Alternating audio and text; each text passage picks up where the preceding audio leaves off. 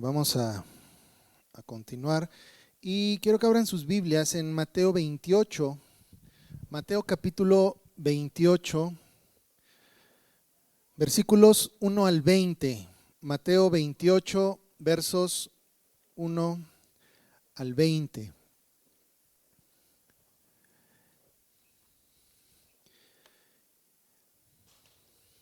Y bueno, continuando con esto que llevamos estudiando desde la semana pasada sobre la entrada triunfal, todo lo que recordamos esta semana acerca de la pasión de nuestro Señor, ¿sí?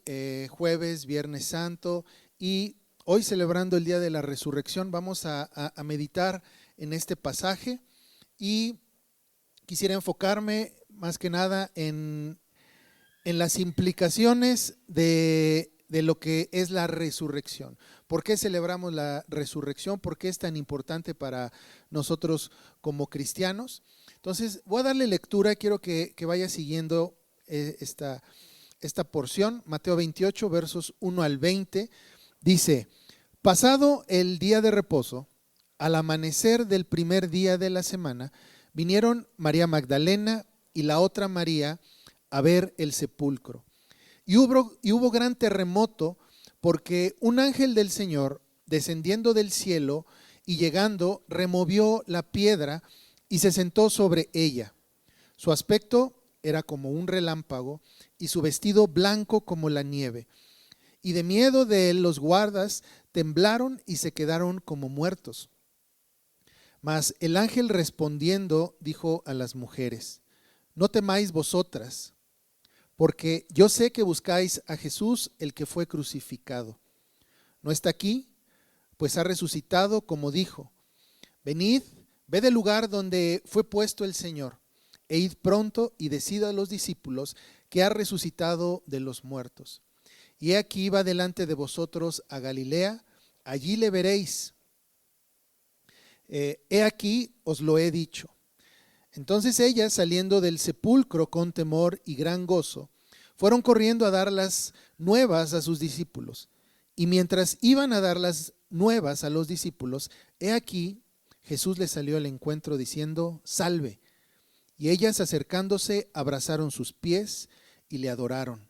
Entonces Jesús les dijo: no temáis, id, dad las nuevas a mis hermanos para que vayan a Galilea y allí me verán. Mientras ellas iban, he aquí unos de la guardia fueron a la ciudad y dieron aviso a los principales sacerdotes de todas las cosas que habían acontecido. Y reunidos con los ancianos y habido consejo, dieron mucho dinero a los soldados, diciendo: decid vosotros, sus discípulos vinieron de noche y lo hurtaron, estando nosotros dormidos. Y si esto lo oyera el gobernador, nosotros le persuadiremos y os pondremos a salvo. Y ellos, tomando el dinero, hicieron como les había sido instruido. Este dicho se ha divulgado entre los judíos hasta el día de hoy. Pero los 11 discípulos se fueron a Galilea, al monte donde Jesús les había ordenado, y cuando le vieron le adoraron, pero algunos dudaban. Y Jesús se acercó y les habló diciendo: toda potestad me es dada en el cielo y en la tierra. Por tanto, id y haced discípulos a todas las naciones, bautizándolos en el nombre del Padre y del Hijo y del Espíritu Santo, enseñándoles que guarden todas las cosas que os he mandado, y he aquí yo estoy con vosotros todos los días hasta el fin del mundo. Amén. Bien, pues vamos a orar. Bendito Padre, te damos gracias por tu palabra y por este tiempo, Señor, juntos, porque sabemos que tu palabra es verdad.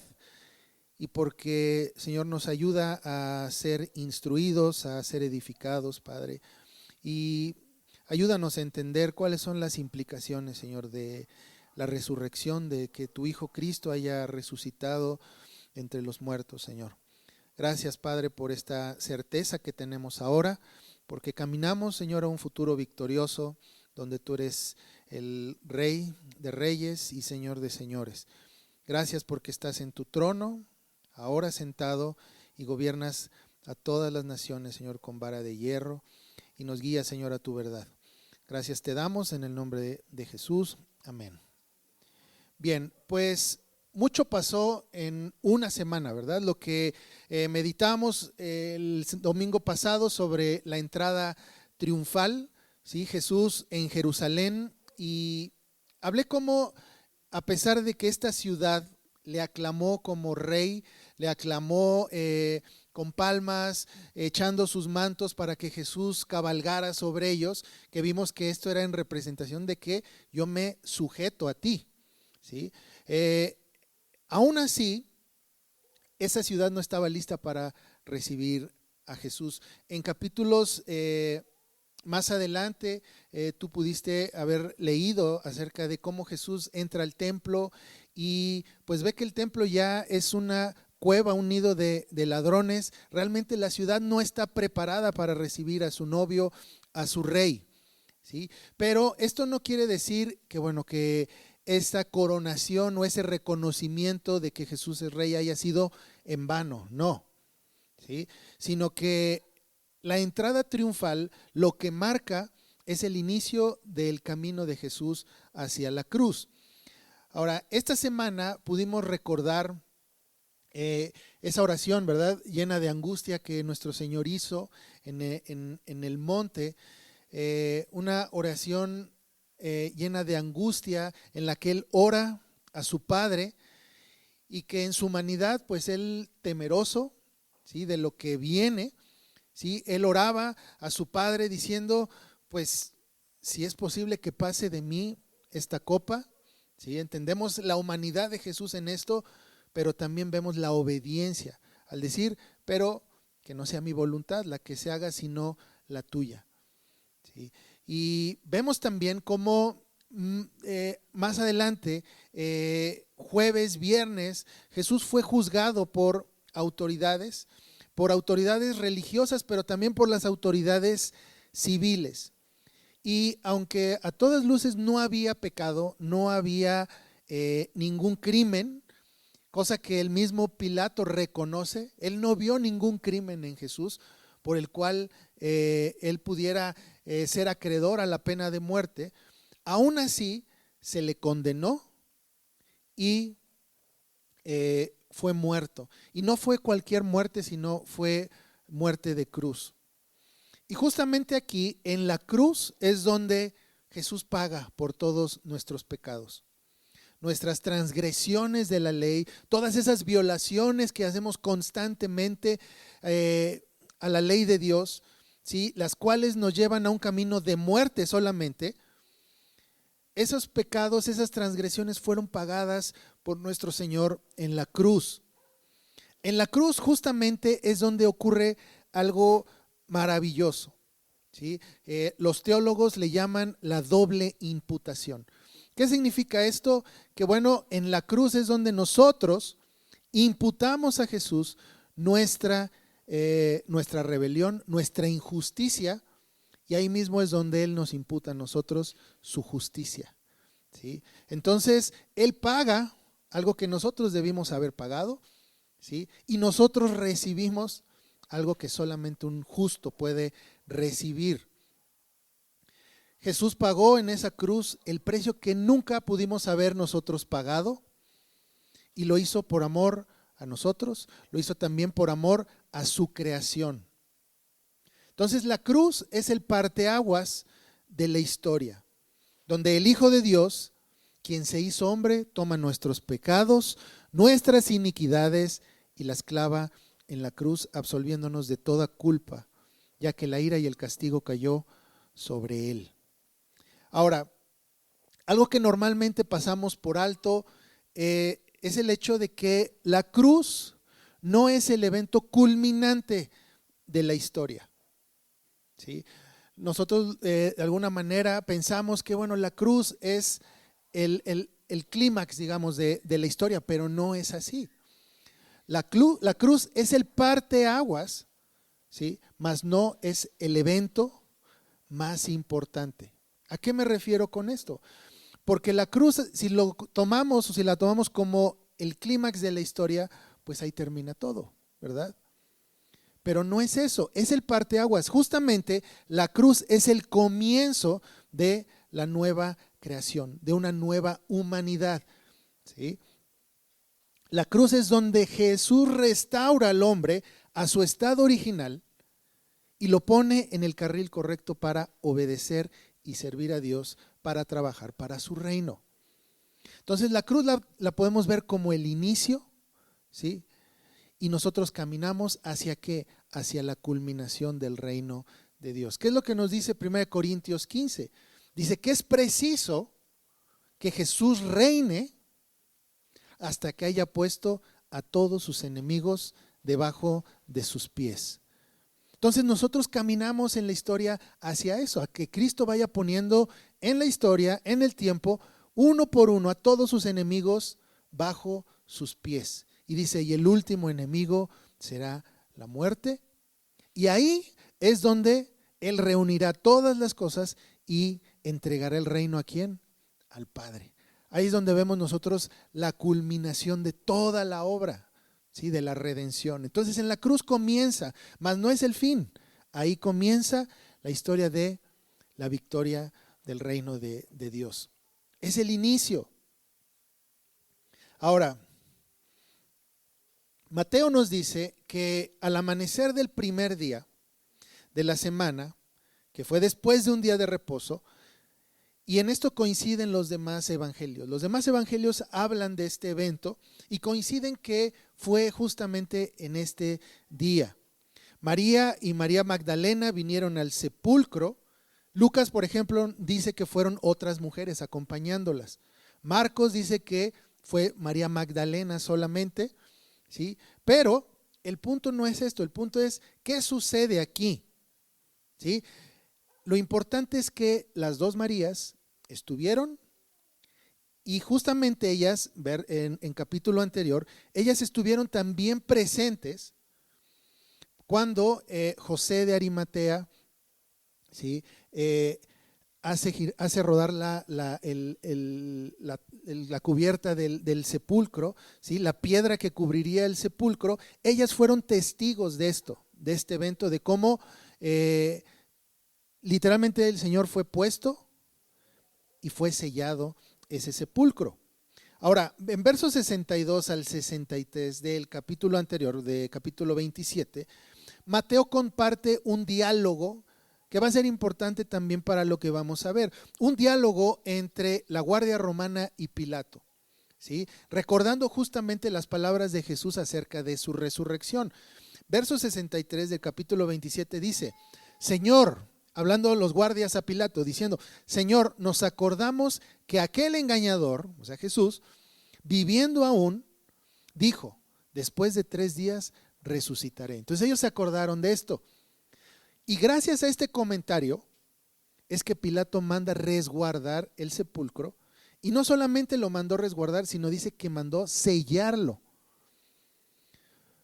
¿Y por qué hizo esto? ¿Sí?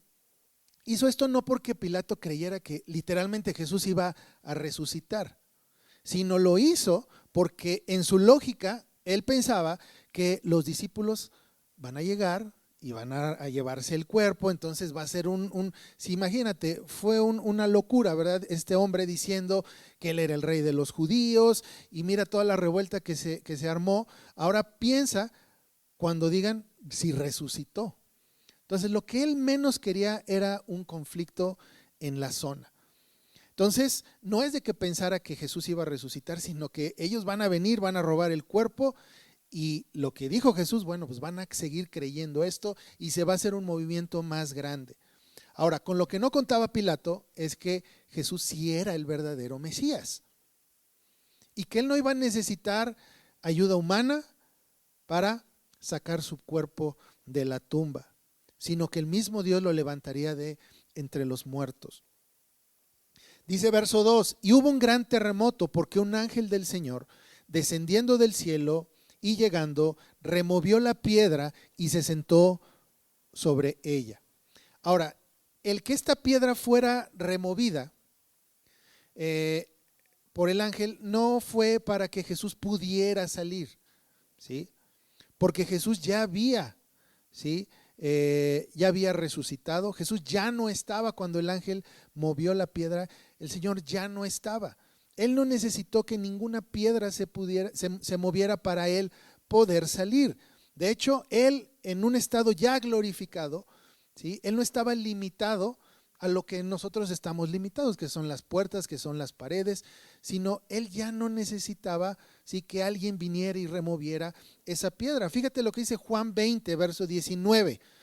Una vez resucitado el Señor, ¿sí?, Él va con sus discípulos y lo que nos dice esto, dice, cuando llegó la noche de aquel día, el primero de la semana, estando las puertas cerradas en el lugar, fíjate, eso es importante, estando las puertas cerradas en el lugar donde los discípulos estaban reunidos por miedo de los judíos, vino Jesús y puesto en medio les dijo, paz a vosotros. Ahora, ¿qué estaba pasando aquí? Los discípulos estaban encerrados, estaban temerosos, ¿sí? Entonces ellos se encerraron, dice que cerraron todas las puertas, pero aún así Jesús se paró en medio de ellos, se les apareció y dijo, paz a vosotros. Entonces vemos las características de este cuerpo glorificado de nuestro Señor. No necesitaba realmente que alguien removiera la piedra para poder salir, ¿sí? Entonces, el que la piedra fuera removida por el ángel tenía un propósito. El propósito era de que los discípulos y todos los demás vieran, ¿sí?, como un testimonio público la resurrección. Incluso el dato de que Pilato mandó sellar, el que Pilato mandó a un guardia, ¿sí?, a resguardar, esto sería incluso algo que serviría a favor de el testimonio de la resurrección. Entonces, ¿cómo puede ser que una piedra que estaba sellada, ¿sí?, este sepulcro, había guardias y aún así el Señor no está? Entonces, esto serviría aún más para el testimonio de que la resurrección sí ocurrió, ¿sí? Ahora, los guardias, dice que al ver al ángel, quedaron como muertos. Mas las dos Marías escucharon al ángel. El ángel les dice, no teman, sino pongan atención, escuchen. Y dice, no temáis vosotras, porque yo sé que buscáis a Jesús el que fue crucificado. Sea que vienen aquí. No está aquí, pues ha resucitado, como dijo. Venid, ved el lugar donde fue puesto el Señor, e id pronto y decid a sus discípulos que ha resucitado de los muertos, y he aquí va delante de vosotros a Galilea, allí le veréis, he aquí os lo he dicho. Ahora es interesante que la resurrección como tal no es un concepto contemplativo, ¿sí? ¿A qué me refiero? Que la resurrección no es un mero concepto al cual nosotros una vez al año venimos y recordamos y bueno, lo admiramos como, mira, sí, resucitó el Señor y pensamos de Él que no hay implicaciones para nuestra vida. Sería un error realmente recordar la resurrección y pensar de esta manera. No es así, ¿sí? Fíjate que en este caso el ángel no les da tiempo a las Marías de que se queden contemplando el sepulcro. No sé si has notado esto, sino que inmediatamente les dice, no teman, yo sé que ustedes están aquí para buscar a Jesús, el que fue crucificado, ¿sí? Pero, o sea, y les da una orden, o sea, ni siquiera les deja, a ver qué pasó, qué sucedió, mira, no está aquí, sino inmediatamente las envía a los discípulos para decirles la noticia de que el Señor ha resucitado, ¿sí? El que el ángel las llevara a ver el sepulcro vacío tenía como propósito que ellas fueran testigos también de lo ocurrido, ¿sí? Recuerda, nuestro Señor no necesitó el que removieran la piedra para salir, ¿sí? No necesitó ayuda humana, sino que el ángel mueve la piedra, ¿para qué? Para que sea un testimonio y lleva a las mujeres para que ellas sean testigos oculares, directos de lo que había sucedido. ¿Qué es lo que pasó? Él les da un mensaje, les da una tarea. El mensaje que debían entregar, número uno, era que el Señor resucitó como Él dijo. Y número dos, que él verá a sus discípulos en Galilea. Esa era la tarea que el ángel dio a las mujeres.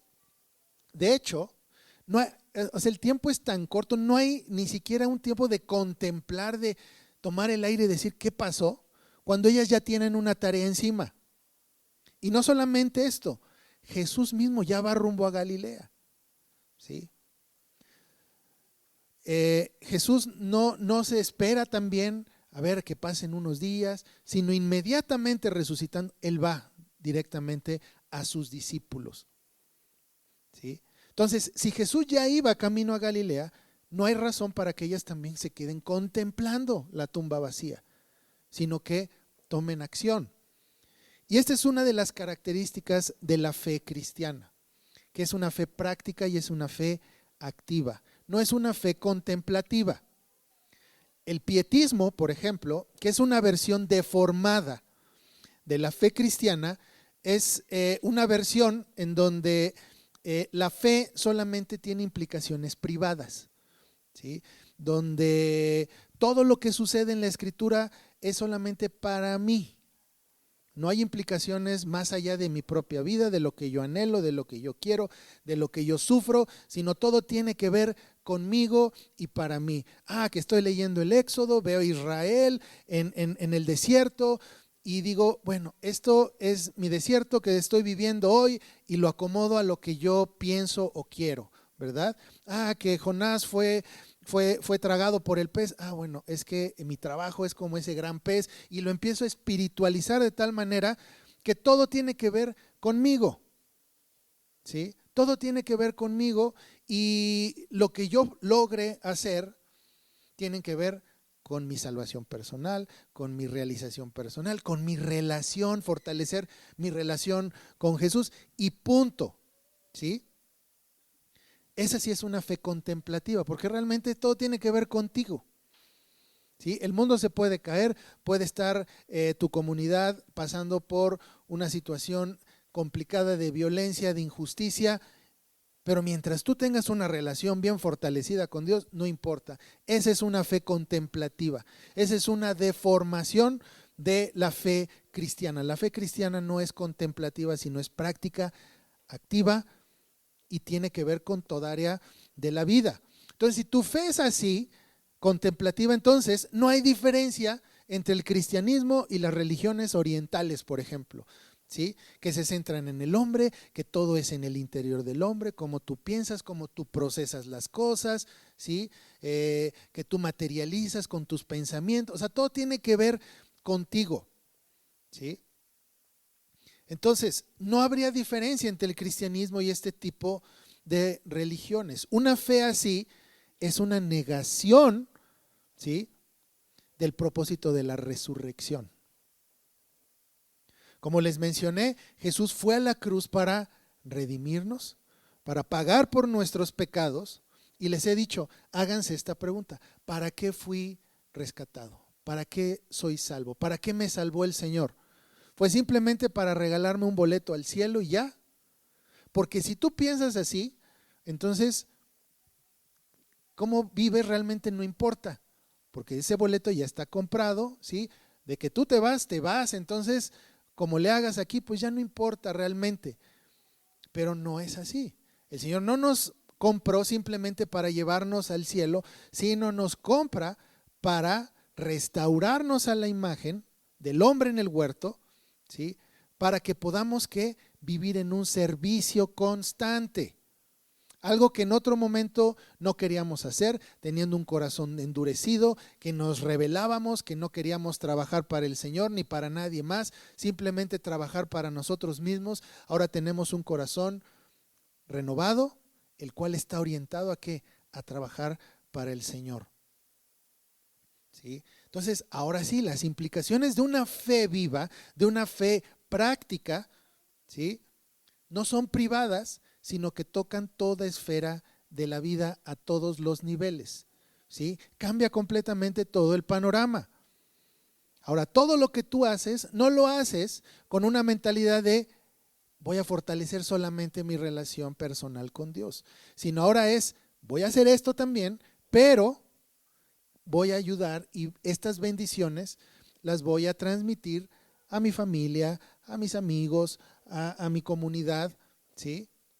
Todo lo que tú haces va a ser con una mentalidad del reino. ¿A qué me refiero con una mentalidad del reino? Que cada acción que tú tomas, ¿sí?, la hagas pensando que va a tener implicaciones en tu familia, con tu esposo, en la comunidad, en tu trabajo, con los amigos. Esa es una mentalidad del reino, que cada cosa que tú hagas, ¿sí? O no hagas, ¿sí? Va a permear una, dos o tres generaciones, ¿sí? Y es algo que mencionaba a los padres, ¿verdad? Todo lo que tú enseñas a tus hijos, tienes la certeza de que eso que estás enseñando va a llegar hasta tus nietos. O sea, lo estás enseñando con tal convicción, ¿sí? Que no hay duda de que esto que le enseñas es verdadero, que fluye de la palabra de Dios y que va a llegar hasta tus hijos, tus nietos y más allá. Eso es tener una mentalidad del reino. Es cuando nosotros tenemos esa garantía de que estamos avanzando a lo que hablamos de 1 Corintios 15, a que Cristo ponga a todos sus enemigos debajo de sus pies. ¿Sí? Estamos realmente convencidos de esto y actuamos en base a esta verdad, a esta realidad. Eso es una fe práctica, eso es una fe viva. ¿Sí? Entonces no podemos pensar en un cristianismo que no tenga que decir sobre el arte, sobre la economía, sobre la política, la familia, la educación. ¿Por qué? Porque nuestra fe, Jesús es Señor sobre todo y todos. ¿Qué dice el Salmo 24, verso 1? De Jehová es la tierra y su plenitud, el mundo y los que en él habitan. No solamente los cristianos, no, todos son de él. Entonces, todo tiene que estar tocado por la fe. Todo lo que hagamos tiene que estar tocado por la fe, no solamente las cuestiones personales, sino como les mencioné, la economía, política, familia, educación, todo tiene que ser tocado por el Evangelio. ¿Sí? Si no lo hacemos así, pues estamos viviendo una forma de fe que le llaman pietismo, que solamente tiene que ver con mi corazón, con lo que yo siento, ¿sí? Y ya. Y realmente esa postura o ese tipo de cristianismo no es neutral. Es un cristianismo que actúa en contra del reino de Dios. ¿Sí? Porque fuimos llamados, fuimos redimidos para trabajar, no para estar pasivos. ¿Sí? Entonces ellas, dice versos 8 y 10, saliendo del sepulcro con temor y gran gozo, fueron corriendo. Si te fijas, no hay tiempo de contemplar, sino hay que hacer esto, y salen corriendo, ¿sí? A dar las nuevas a sus discípulos. Y mientras iban a dar las nuevas a los discípulos, he aquí Jesús les salió al encuentro diciendo, salve. Y ellas acercándose, abrazaron sus pies y le adoraron. Entonces Jesús les dijo, no temáis, dad las nuevas a mis hermanos para que vayan a Galilea y allí me verán. Entonces Jesús cambió la tarea. No, realmente es lo mismo que el ángel les había dicho. Entonces, es importante notar que estas mujeres ya tenían un trabajo, el dar las buenas nuevas de la resurrección de su Señor. Ellas iban con la información dada por el ángel y también iban con su propia experiencia, ¿verdad? De que ellas habían visto personalmente el sepulcro vacío. Pero Mateo nos dice aquí que Jesús se les apareció en el camino. Y al escuchar la voz de su maestro, abrazaron sus pies y le adoraron. Ahora este pasaje nos recuerda cuando Jesús dijo que sus ovejas oyen su voz. ¿Sí? Juan, por ejemplo, en el Evangelio de Juan, nos narra que Jesús se aparece, ¿sí?, a María Magdalena, pero que ella no le reconoce. Ella pensó que era el hortelano, ¿sí?, pero al oír la voz de Jesús, le reconoce. ¿Sí? Entonces se cumple esto que Jesús dice, mis ovejas oyen mi voz. Él, con el simple hecho de hablarles, fue más que suficiente para que ellas le reconocieran y le abrazaran. Ahora, el punto aquí no es simplemente que mira, sí estoy y abrázame, ¿no? Sino él sale a su encuentro como una confirmación de lo dicho por el ángel. Ellas vieron el sepulcro, ellas vieron al ángel, ¿sí? Pero al ver al Señor mismo, ahora sí, la noticia es contundente. El Señor ha resucitado. No hay duda alguna, ¿sí?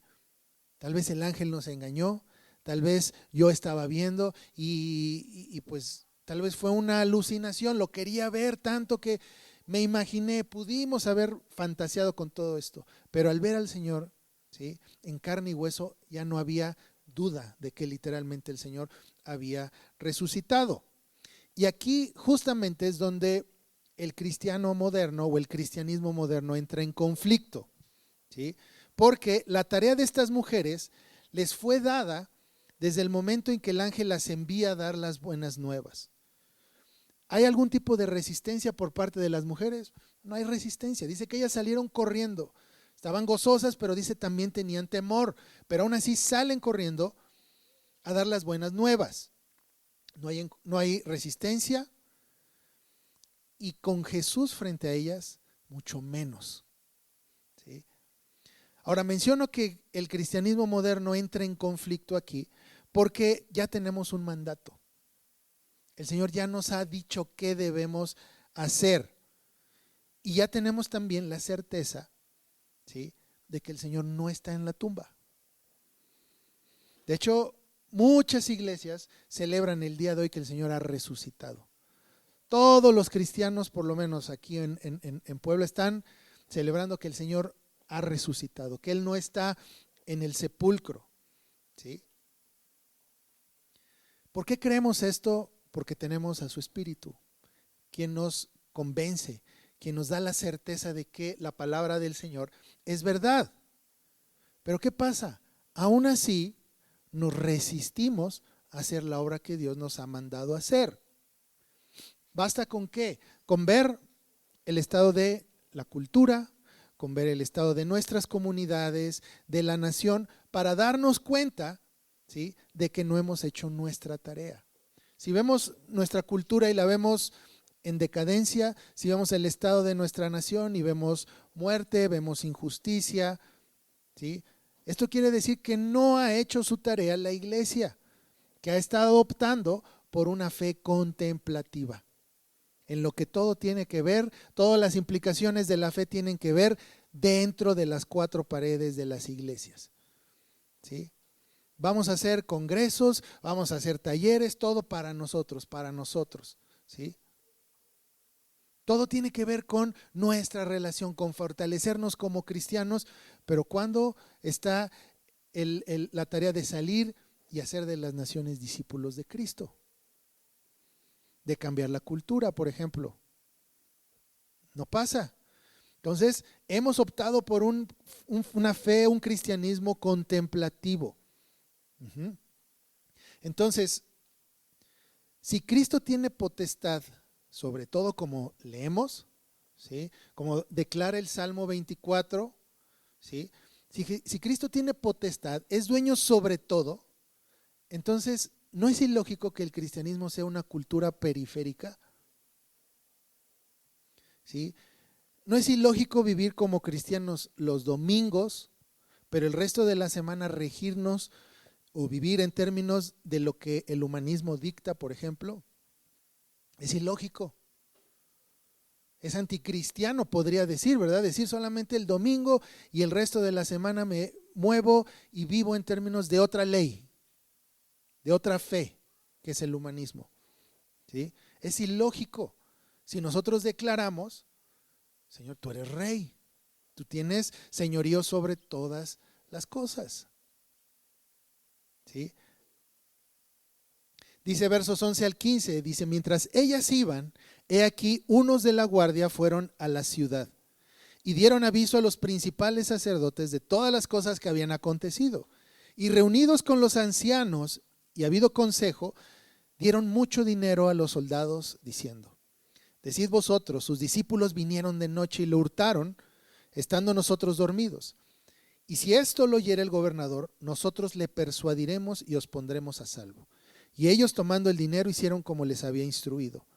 Y este dicho se ha divulgado entre los judíos hasta el día de hoy. Ahora, esto es fascinante porque vemos las primeras reacciones de los hombres ante la resurrección de Jesús. Los sacerdotes, los romanos, se unen nuevamente. Primero fue para condenar a Jesús, pero ahora se unen nuevamente para ocultar algo que es evidente, que Jesús ha resucitado, ¿sí? Entonces, aquí es donde podemos ver la dureza del corazón del hombre. Muchos piensan que con el simple hecho de tener evidencia acerca de la resurrección de Jesús, muchos van a creer.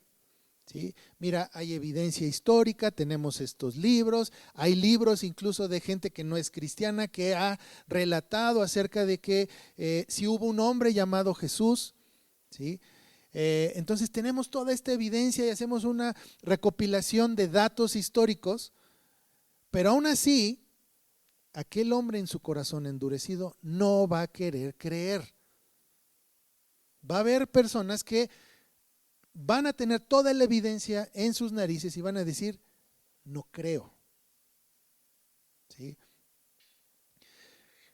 María y María Magdalena vieron el sepulcro vacío y se resistieron a la orden del ángel. No, sino fueron corriendo a decir, ha resucitado, creyeron.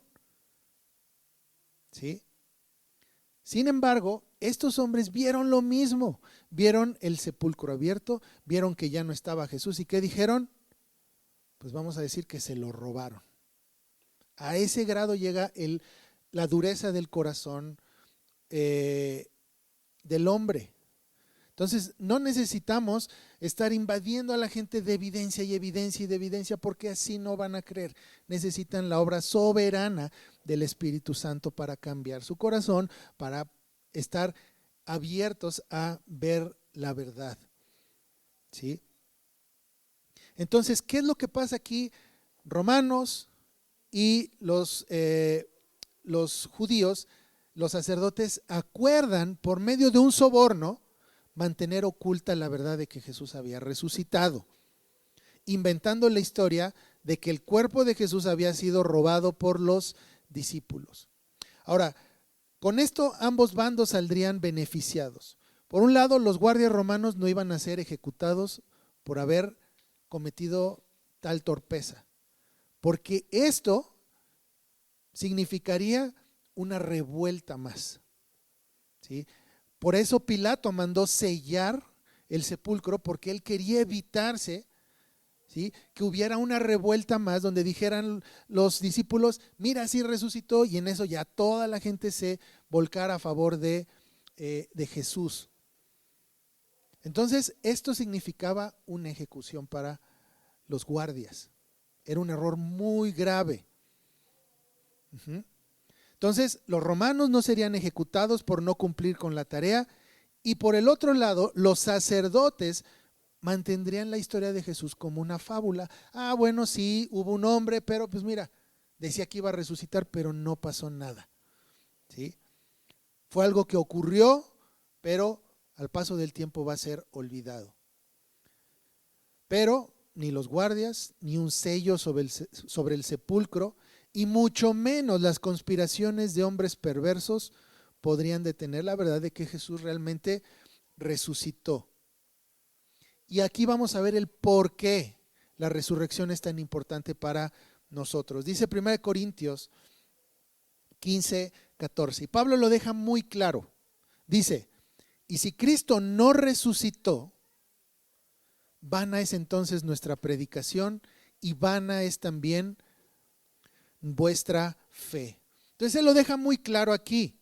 La resurrección es lo que le da sentido a la fe cristiana. Si no hay resurrección, entonces, piensa en las implicaciones de esto, piensa en las consecuencias lógicas. Si no hay resurrección, entonces Jesús fue un hombre más. No hubo pago por nuestros pecados. ¿Sí? El supuesto sacrificio de Jesús o de ese hombre llamado Jesús, pues no fue aceptado por el Padre. Fue un hombre más que dijo que yo voy a morir por todos los, pero no pasó nada. ¿Sí? Entonces, seguimos en nuestro mismo estado, en la fila de los condenados a muerte. Todo el sentido de la vida se pierde. No hay sentido de justicia ya. No hay esperanza. Entonces la fe cristiana sin la resurrección pasa a ser una religión más. ¿Sí? Una religión que pues simplemente te ayuda a pasar el rato mientras sigues vivo. Que eso es lo que hacen muchas religiones, ¿verdad? Son como ese placebo que te mantiene como que pues medio sano, ¿sí? Es que sufro mucho, bueno, pues te recomiendo que pues medites, ¿no? Es que tengo estos problemas, pues te recomiendo ir al psicólogo, ¿verdad? Para echarle la culpa a alguien más, ¿sí? Entonces, si te fijas, pasa a ser el cristianismo algo así, algo que te anima. Pues todos los días lees tus versículos y tomas valor para enfrentar un día, pero realmente, en la realidad, no hay futuro, no hay un sentido de justicia. Si el país sigue hundiéndose en pecado, en injusticia, en muerte, pues ¿qué más da? No hay nada que hacer porque no hay una certeza, ¿sí? El sentido de la vida se pierde. Es por eso que la resurrección es crucial para nosotros, porque es nuestra garantía, primeramente, de que el sacrificio de Jesús fue aceptado por el Padre. Eso es lo primero, ¿sí? Y segundo, porque marca el señorío de Jesús sobre todo. Por la resurrección es que el pueblo de Dios no trabaja para una utopía humana, ¿sí? Sino hacia la manifestación progresiva del reino de aquel que venció la muerte. Que es lo que declara 1 Corintios 15, que es preciso que Él reine hasta que haya puesto a todos sus enemigos por estrado de sus pies. Ese es el sentido de la historia, hacia allá vamos caminando. ¿Sí? Entonces, el pensar, no, es que el humanismo va avanzando, la injusticia, el robo, Satanás va avanzando y va ganando el mundo, es una mentira, porque lo que nos dice la palabra, y creemos que es verdad, es que Cristo en la historia va poniendo a todos sus enemigos bajo sus pies, ¿sí? A todos sus enemigos, cualquier orden que se levante en contra de Cristo, llámese como se llame, ¿sí? Cualquier orden humano, gobierno humano que se ponga en contra de Cristo va a quedar bajo sus pies. Eso es lo que nosotros creemos y trabajamos para eso, ¿verdad? Entonces la reconstrucción social, según la ley de Dios, ¿sí? El reconstruir todas las instituciones, reconstruir la cultura bajo Dios, ¿sí? Es la consecuencia, ¿sí? Y es la manifestación progresiva de la resurrección. Incluso podríamos entender que una fe que promueve el retiro del mundo, una fe que promueve que, bueno, ya mantente pues a la espera de ser rescatado, mantente a la espera de que pues como en las películas, ¿verdad? Venga el Señor y te lleve simplemente sin hacer nada, ¿sí? Es una fe que va en contra de lo que declara la Escritura. ¿Por qué hacerlo si Cristo ya venció? Cristo resucitó, por tanto, el mundo le pertenece y por tanto, si el mundo le pertenece, tiene que ser gobernado según su ley. Mateo 28, 16 al 20. Dice, pero los 11 discípulos se fueron a Galilea, al monte donde Jesús les había ordenado. Y cuando le vieron, le adoraron, pero algunos dudaban. Y Jesús se acercó y les habló diciendo, toda potestad me es dada en el cielo y en la tierra, por tanto, id y haced discípulos a todas las naciones, bautizándolos en el nombre del Padre y del Hijo y del Espíritu Santo, enseñándoles que guarden todas las cosas que os he mandado, y he aquí yo estoy con vosotros todos los días hasta el fin del mundo. Ahora, algo interesante en todo este pasaje, toda la porción que hemos leído el día de hoy, es que no hay un momento de reposo contemplativo. ¿Sí te fijas? No hay un momento en el que hayan descansado, sino que Jesús resucita e inmediatamente hay tarea que hacer. ¿Sí? Es tarea tras tarea. Primero la tarea de las mujeres, segundo la tarea de ir a Galilea y tercero la tarea de hacer discípulos de todas las naciones. Ahora Jesús en este pasaje está dejando clara la consecuencia de la resurrección. Primero es que toda autoridad le fue dada sobre todo y todos. Y justamente es por esa autoridad que Jesús tiene ya, que Él envía a sus discípulos a bautizar en el nombre del Padre, del Hijo y del Espíritu Santo. Entonces, desde una perspectiva humana, esa es una tarea imposible.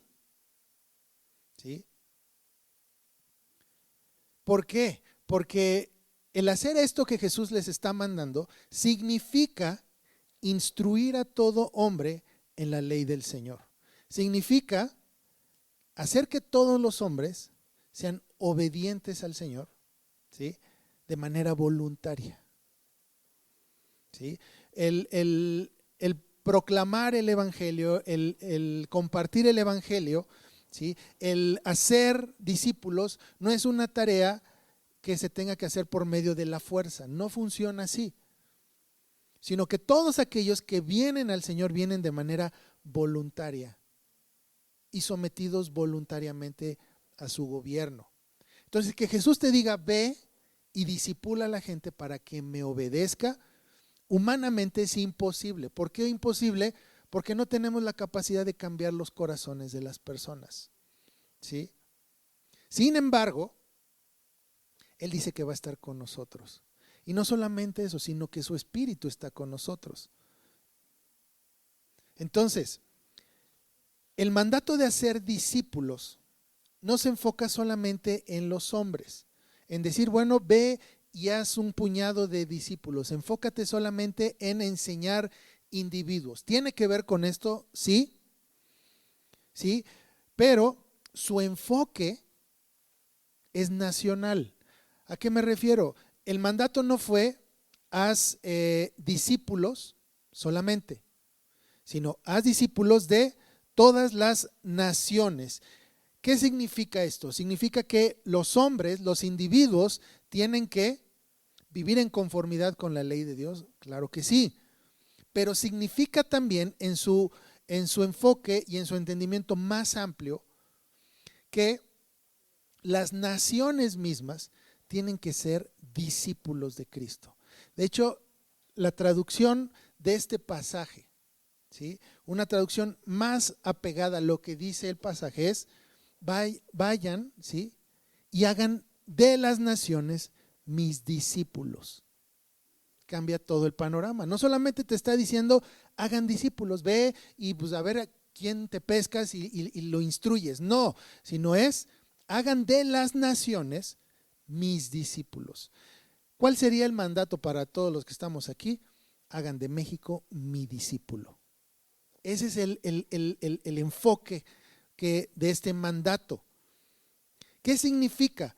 Que las naciones, no solamente individuos, sino naciones completas, vivan en términos de la ley de Dios. ¿Va a haber dentro de esa nación gente incrédula? Sí, seguramente. El que nosotros pensemos en una nación cristiana no necesariamente es pensar en que el 100% de los individuos sean cristianos, ¿sí? Sino a lo que se refiere es que dentro de una nación, su sistema judicial, su sistema educativo, su sistema económico funcionen en términos de la ley de Dios. Ahí es cuando vamos a poder decir, nuestra nación es cristiana. Ahora, nosotros vivimos en una nación humanista. Una nación en donde el hombre es el rey. Porque si te fijas, todo lo que tiene que ver con su sistema judicial, educativo, ¿sí? Económico, tiene que ver con las necesidades y satisfacer al hombre. Es una nación humanista, aunque vivimos muchos cristianos en ella. Pero el punto de este mandato es que la nación sea cristiana. Que todos estos sistemas en los que nos movemos y vivimos sean cristianos, que sean todos o funcionen en términos de la palabra ley de Dios. Y esto me recuerda Isaías capítulo 65, cuando nos habla, por ejemplo, de los cielos nuevos y la tierra nueva, de pensar que bueno, es que los cielos nuevos es otro mundo, otra tierra. No, es esta, pero redimida. Si tú lees este pasaje, lo que nos está diciendo es que incluso hay muerte, hay muerte todavía y hay pecadores. Pero algo interesante de ese pasaje es que nos dice que el pecador que viva 100 años será maldito. ¿Por qué dice esto? Imagínate ser un pecador viviendo en una nación cristiana. Va a ser literalmente una maldición. Así como muchas veces nosotros como cristianos sufrimos de vivir en un mundo, en una nación corrupta, ¿sí? Porque pues muchas veces pues el mismo sistema te lleva ¿a qué? A pecar, ¿sí? Nuestra misma moneda, lo que nosotros usamos como moneda de cambio, es una blasfemia delante del Señor. ¿Por qué? Porque son pesas y medidas falsas. No es una moneda que su valor permanezca estable, sino que a cada rato sube y baja. Si yo hago un contrato contigo por 10 pesos, ¿sí? Posiblemente cuando renovemos el contrato, esos 10 pesos ya no valen lo que valían cuando hicimos el contrato. Son pesos y medidas falsas, te estoy robando. Aunque yo lo quiera hacer con toda mi buena voluntad y firmando un contrato, te estoy robando. Si te fijas cómo muchas veces, aunque tú no quieras, entras en esta dinámica de pecado delante del Señor. Entonces todo esto tiene que ser reconstruido, tiene que ser renovado. Tenemos que vivir en una nación que viva en conformidad con la ley del Señor. Incluso nuestro sistema económico. Dios nos promete estar con nosotros hasta el fin. Y este mandato significa avanzar su reino no por la fuerza, sino por medio de instruir a los hombres en su ley. Entonces, ahora, ¿qué me gustaría que te quedaras hoy con este mensaje? De que con el hecho de que la resurrección no es algo que se celebra una vez al año. No es algo que simplemente eventualmente lo llegamos a celebrar como la independencia, sino es algo, ¿sí?, que es nuestro motor para cumplir con la gran comisión de avanzar el reino de Dios una vez más, o sea, cada vez más, un paso más y más, ¿sí? ¿Por qué? Porque tenemos la certeza de que nuestro Señor ha resucitado, tenemos la certeza de que nuestro Señor gobierna, de que tiene toda autoridad, y como tiene toda autoridad, nosotros podemos avanzar confiados. Entonces la resurrección nos da la certeza de que hemos sido redimidos, pero no solo eso, sino que hemos sido puestos en el camino del servicio y el trabajo para nuestro Señor. Ese es el propósito realmente de nuestra salvación. Y la resurrección como el sello de garantía de que sí somos salvos. ¿Tenemos acceso al Padre? ¿Tenemos nuestra morada segura en el cielo? Sí. ¿Alguien nos va a poder quitar esa seguridad?